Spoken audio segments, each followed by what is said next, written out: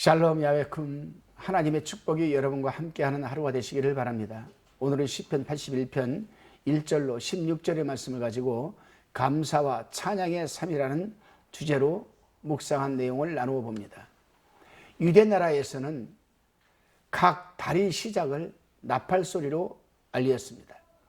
그러나 그들의 일곱째 달이 첫째 날, 음력으로는 8월, 양력으로는 9월쯤 됩니다. 그 첫째 날은 특별한 소리를 내는 나팔을 부는 예식을 거행함으로써 이를 기념하였습니다. 이 내용이 민수기 29장 1절과 레위기 23장 24절에 기록되어 있습니다. 본문 3절을 보게 되면 이에 대한 말이 기록되어 있습니다. 역시 7월에 있는 초막절은 추수의 기쁨을 기념하는 잔치인데 이 달은 이스라엘 백성들에게는 새해 첫날이 되는 날입니다. 본문 1절로 5절까지의 묵상 내용을 나누어 봅니다. 본문 1절로 5절의 이 말씀은 백성들에게 신년을 위한 감사의 노래를 부르라고 권하는 내용으로 기록되어 있습니다. 신년에는 하나님의 선하심을 찬양하는 기쁨의 노래를 부르는 때입니다. 이 감사절은 이스라엘의 첫날부터의 관습으로서 이스라엘이 애굽에서 종로될 때부터 수백 년 동안 내려오면서 지켜온 것이죠. 하나님의 명령에 따라서 지키게 된 겁니다. 그렇습니다, 여러분. 우리는 먼저 성도를 인도보호하여 주시고 신실하게 언약을 이행하시는 그 하나님께 감사와 찬양의 삶을 살아내야 합니다.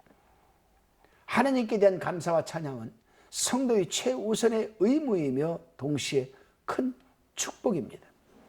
저는 개인적으로 성도가 하나님께 무시로 감사하는 마음과 찬양을 하는 것은 자신을 구원해 주시는 하나님의 은혜를 잊지 않는 이 방법 중에 하나라고 저는 생각합니다. 여러분은 얼마나 하나님께 감사와 또 그 감사하는 마음과 찬양을 드리고 있습니까? 찬양은 곡조 있는 기도라 했습니다. 그저 우리가 기도할 때 하나님께 아무렇게나 기도합니까? 성의 없이 기도합니까? 간절히 기도하지 않습니까? 아니죠. 우리는 기도할 때 간절히 기도합니다. 진실로 기도합니다. 온 마음과 정성을 다해서 부르짖습니다. 찬양도 곡조 있는 기도라면 그렇게 드려야 되지 않겠습니까? 감사하는 마음이 넘칠 때 그 찬양도 감사의 찬양으로 바뀔 수가 있는 거죠. 오늘도 여러분 그러한 감사하는 마음으로 또 감사하는 찬양으로 하루를 시작하시기를 바랍니다. 본문 6절로 16절까지의 묵상의 내용입니다. 여기에서는 1절 5절의 말씀과는 아주 다르게 하나님께서 백성들에게 말씀하시는 내용입니다. 하나님께서는 먼저 과거에 백성들에게 베푸신 은혜, 즉 그들을 애굽에서 해방시켜 나오게 하시고 광야에서 보호해 주셨음을 말씀합니다. 이 내용이 6절 7절에 기록되어 있죠. 백성들에게 당신만을 섬기고 충성할 것을 말씀하고 있습니다. 그리고 10절에서는 내 입을 넓게 열라 내가 채우리라고 말씀하십니다. 이 말씀은 우리 하나님의 사람들에게 큰 복 받기를 바라고 그것을 받을 준비를 하라는 말씀으로 받아들여도 과언이 아닙니다. 그렇습니다, 여러분. 우리 하나님께서는 당신의 백성들에게 기대에 넘치는 복을 주셨습니다. 또 지금도 그렇게 하시는 분이십니다. 문제는 이스라엘 백성들이나 오늘날 우리 자신들이 하나님께 절대적으로 순종하지 않는다라는 이 부분입니다. 순종만 한다면, 말씀대로 살기만 한다면 우리가 입을 여는 대로 채워주시는 분이신데 입을 열지 못하고 있는 것이죠. 왜 그렇습니까, 여러분? 왜 우리가 하나님 앞에서 입을 크게 열지 못합니까? 복을 받을 만한 준비가 되지 않았고 우리 스스로가 하나님 앞에 양심에 걸리는 것이 있기 때문 아니겠습니까? 이스라엘 백성들은 하나님 중심으로 살아가면서도 하나님을 절대적으로 의지하지를 못하고 다른 무엇에 의지하려고 했습니다. 역사적 증명이 되고 있습니다. 성경에서도 증명하고 있습니다. 그렇다면 하나님께서는 이스라엘 백성들에게 어떻게 하셨겠습니까?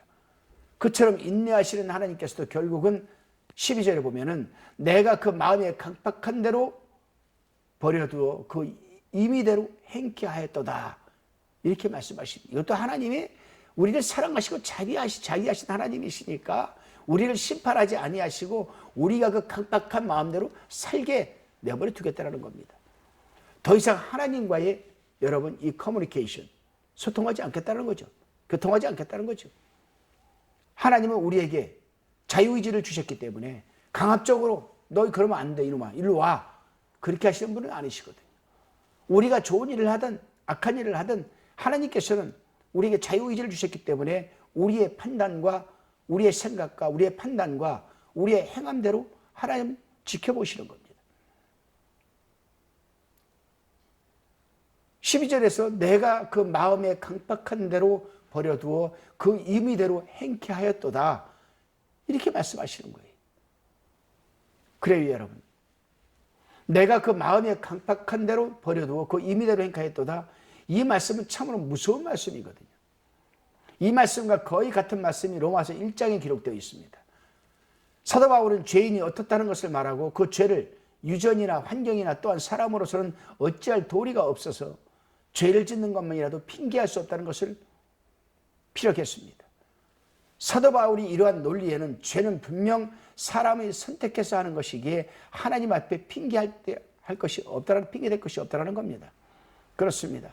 하나님께서는 우리를 부르시고 또 부르지만은 여전히 죄를 따라갈 때에는 그 죄의 길은 결국 멸망으로 들어갈 수밖에 없는 것입니다. 사람이 끝까지 죄에 대해서만 주의를 집중할 때에는 하나님께서는 더 이상 그를 붙들려고 하지 않으시고 그 사람이 가는 대로 내버려 두신다는 겁니다.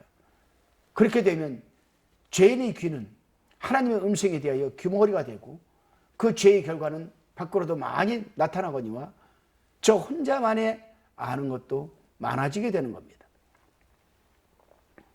예를 들면 사울이 그랬고 가룟 유대가 그랬고 벨릭스 등의 사적은 이 죄의 결과가 어떻다는 것을 잘 성경은 증거해 주고 있습니다. 그렇습니다 여러분. 이런 불행하고 비참한 일은 누구나 망하기를 원치 않습니다. 그런데 옛날의 이스라엘 백성들이나 오늘의 그리스도인들 중에는 하나님께서 주시는 복을 소유하고 원하기만 했다면 받을 수 있는 것을 죄로 인하여 받지를 못하고 있는 겁니다. 하나님께서는 본문 14절에서 16절 뭐라고 얘기합니까? 이스라엘 백성들이나 오늘날 우리 하나님의 사람들이 받을 수 있는 복을 몇 가지로 말씀하고 계시죠. 먼저 14절에 보면은 먼저는 원수를 제어하는 복을 주셨습니다. 15절에서는 영생을 얻을 수 있는 복을 주셨습니다. 16절에서는 육적, 영적인 삶을 풍요롭게 해주신다라고 하나님은 약속하셨습니다. 하나님으로부터 주어지는 이러한 복이 여러분 오늘날 저와 여러분 모두에게 풍성해야 되지 않겠습니까? 오늘 하루 저와 여러분 모두에게 풍성하게 임하는 이 복이 임하시기를 바랍니다. 기도드리시겠습니다.